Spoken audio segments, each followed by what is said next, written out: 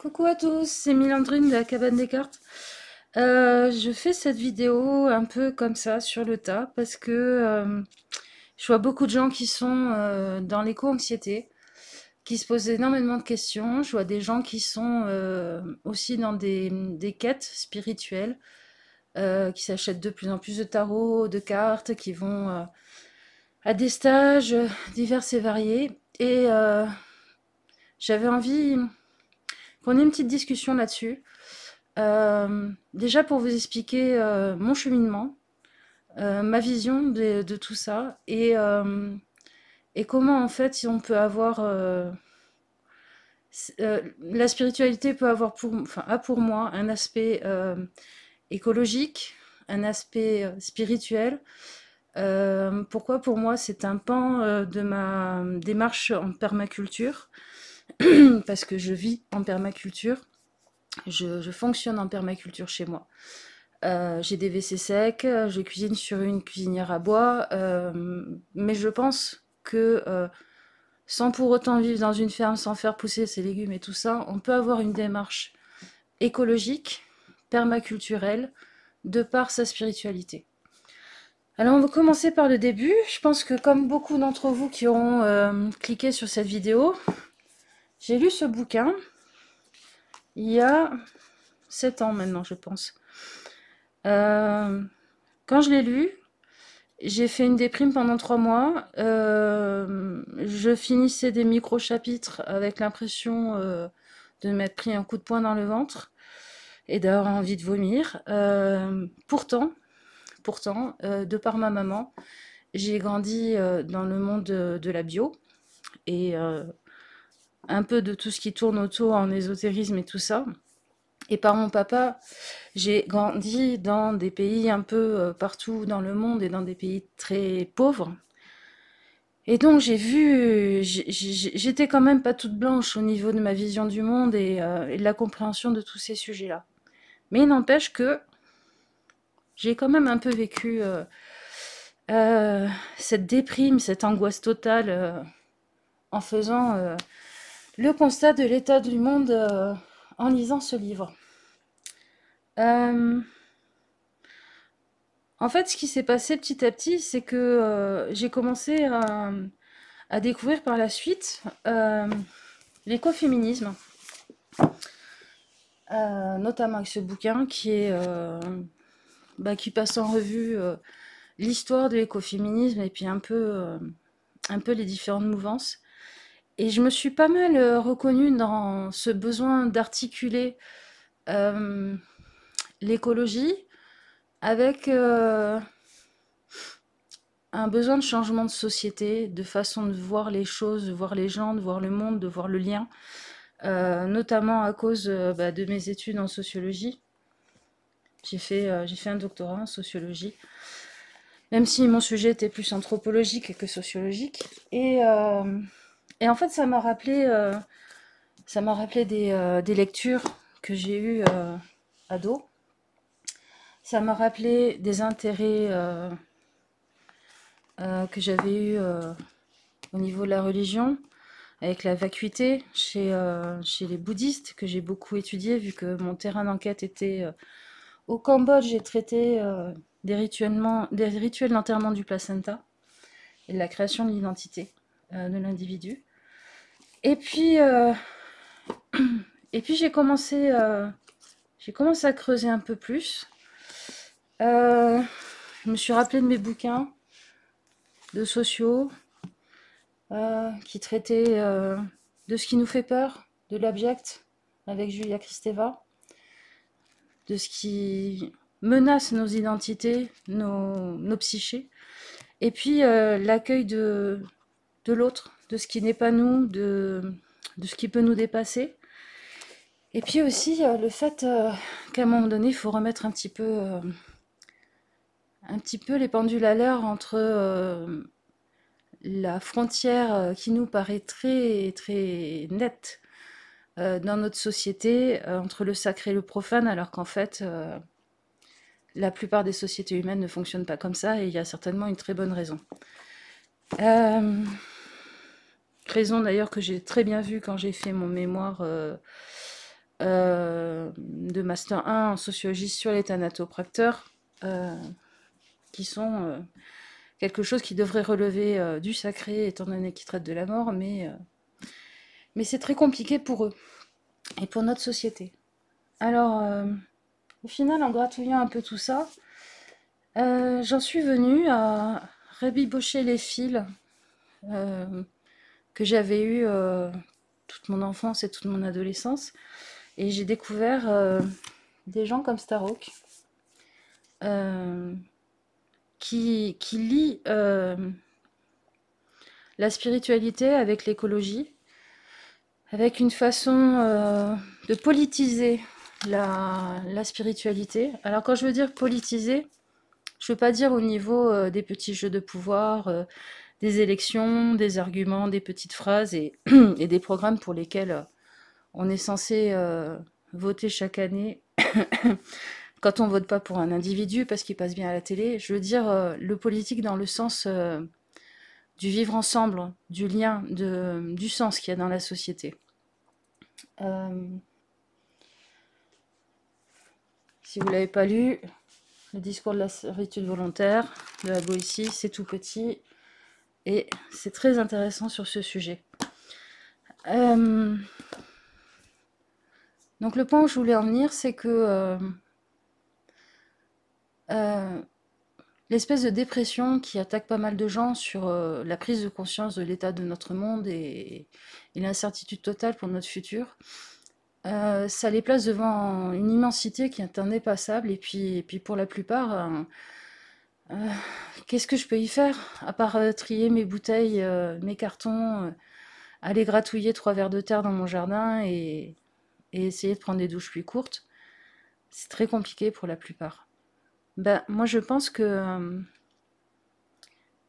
se changer soi, travailler à son indépendance et son autonomie spirituelle, émotionnelle, à faire de soi un meilleur être humain en essayant de comprendre comment on fonctionne, où tout ça mène, ben en fait, on devient un meilleur élément dans la société et on est déjà en train de changer le monde.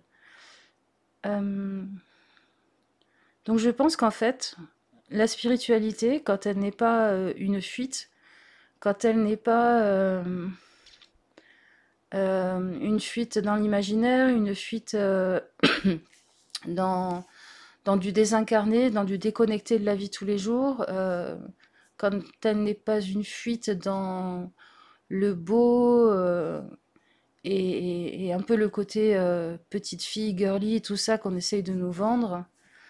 Je dis pas qu'on peut pas avoir des jeux girly, hein, c'est tout à fait possible, mais ça ne doit pas devenir une fuite. Ben, je pense qu'en fait, vous êtes en train de faire quelque chose de très fort au niveau écologique, parce que vous changez votre écologie intérieure. Et vous êtes en train de faire quelque chose de très politique, parce que vous êtes en train de changer les mécanismes qui sont à l'intérieur de vous pour fonctionner autrement avec les autres, et donc pour commencer à faire fonctionner autrement le monde.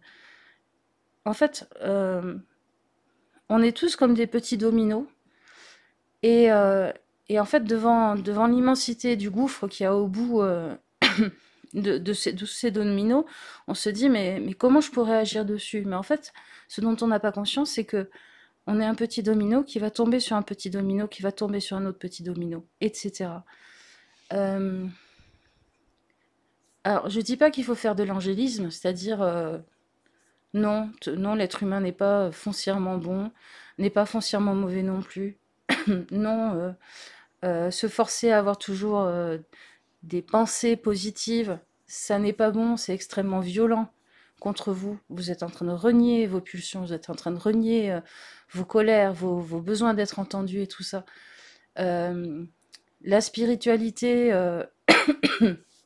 pardon, la spiritualité qui est une reproduction de la bonne femme au foyer des années 50, sauf que maintenant, au lieu de passer à l'aspirateur correctement, en fait, il faudrait faire sa méditation tous les matins, avoir le bon nombre de cailloux autour de son lit et, euh, et bien penser à ouvrir ses chakras.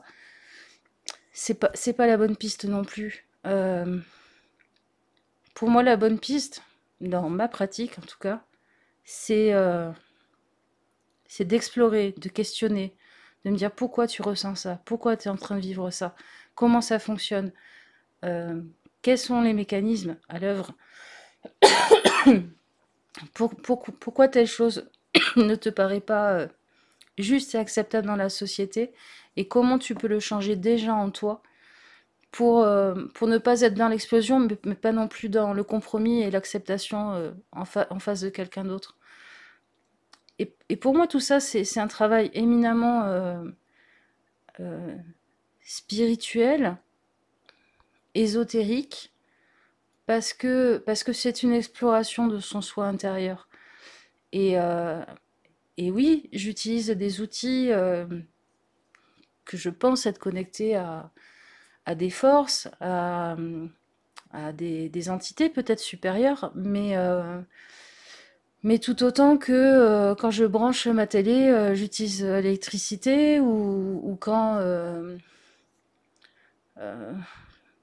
quand j'utilise une boussole, c'est du magnétisme. Ce sont des forces qui ne sont pas visibles, mais qui pourtant un jour ont été expliquées par la science et peut-être un jour le seront. Ce que je veux vous dire par là, c'est que ça n'est pas parce que ça n'est pas encore expliqué par la science que il faut pour autant verser dans l'étiquette qu'on essaye de coller là-dessus, surtout en France, comme quoi vous êtes irrationnel, vous avez des amis imaginaires, et toutes ces moqueries un peu bébêtes, mais je vais vous dire, au même titre que quand on est dans une démarche écologique, on vient vous reprocher que vous avez encore un téléphone portable ou que vous utilisez l'électricité, parce que plutôt que de vous féliciter pour les 80% que vous faites, on va venir pointer les 20% que vous ne faites pas et qui ne sont pas explicables ou qui ne sont pas acceptables. Bah, c'est la même chose dans la spiritualité. Euh, c'est pas parce que toute la société estime que il y a les choses rationnelles d'un côté, les choses irrationnelles de l'autre, qu'il y a les choses politiques d'un côté, les choses qui relèvent du sacré de l'autre. Et le sacré, ça n'est pas forcément de la religiosité. Ça n'est pas parce que la plupart des gens sont dans un déni de leurs émotions, dans un déni de leurs besoins de transcendance, euh, de lien, de mise en connexion, que pour autant vous devez accepter que ça soit un passe-temps euh, un peu farfelu, à cacher dans un coin. C'est une démarche éminemment politique pour moi. C'est c'est c'est vouloir ancrer dans le monde et dans sa vie euh, des échanges qui sont plus justes, qui sont plus intuitifs, qui sont plus à l'écoute. Ça rejoint la science du vivant, tout ce qu'on est en train de découvrir actuellement sur la science du vivant, le travail des champignons, des mycorhizes qui mettent en relation des espèces différentes de plantes pour s'échanger des nutriments et fonctionner ensemble. Et ça rejoint aussi des visions de la nature, du monde, de la société, de certaines cultures chamaniques, ancestrales. Donc,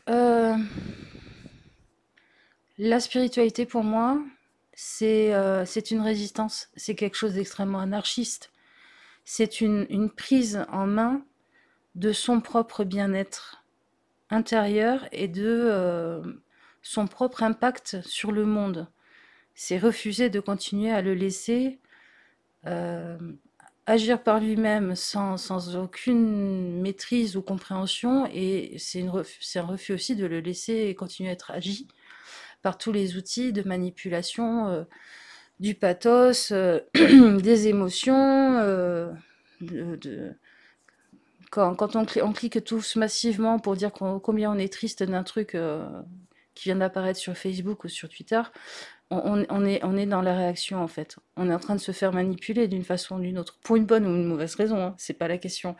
Mais la spiritualité, pour moi, c'est un pas en arrière là-dessus pour comprendre et pour pouvoir décider quand c'est juste et quand ça ne l'est pas.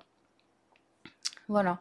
La relation avec la permaculture, c'est que la permaculture, euh, ça se veut être la mise en place de systèmes qui sont résilients, et au-delà de la résilience, qui sont qui s'améliore dans le temps.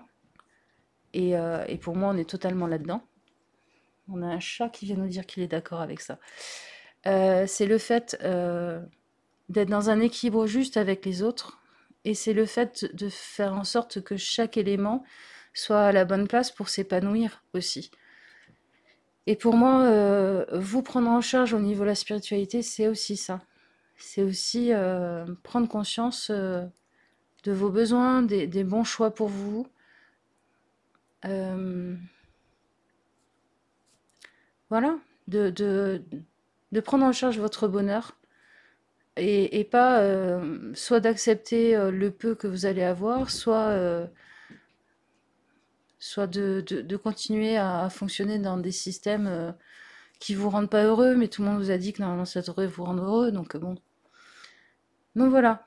Je voulais juste vous parler de tout ça, vous dire que contre l'éco-anxiété, ben, chaque fois que vous faites un tirage, chaque fois que vous faites un travail sur vous pour savoir, pour comprendre un truc sur pourquoi vous fonctionnez comme ça, qu'est-ce qui est en train d'agir, qu'est-ce qui s'est passé dans vos lignées familiales, qu'est-ce qui s'est passé au niveau karmique et tout. Si vous n'êtes pas en train de vous raconter des histoires juste pour vous faire du bien, ben vous êtes en train de faire un acte politique et écologique. Voilà. Je vous fais des gros gros bisous. J'ai conscience que cette vidéo pourrait flinguer ma chaîne parce que c'est vraiment un truc, la spiritualité et la politique qu'on met pas du tout ensemble dans nos sociétés. Mais je pense que c'est quelque chose qu'on a besoin d'entendre. Euh, Moi personnellement, je suis des gens sur YouTube comme Katou qui essayent de faire réfléchir ensemble le genre. Plus que la grossophobie, le physique, l'acceptation de tous les physiques avec la spiritualité, et puis aussi la nature et tout ça. Des gens comme Yéna qui essayent de rendre toute la démarche ésotérique et tout ça beaucoup plus grand public et de démystifier les choses. Il y a des gens aussi comme une petite chaîne qui s'appelle Le Passage, qui existe depuis pas très longtemps, qui, euh, qui à son niveau explique sa propre démarche, ses propres ressentis. Enfin, voilà. Pour moi, c'est des formes de résistance. C'est des formes de mise en politique de leur spiritualité. Voilà, je vous laisse là-dessus. Je vous fais des gros gros bisous et je vous dis à la prochaine. Ciao, ciao!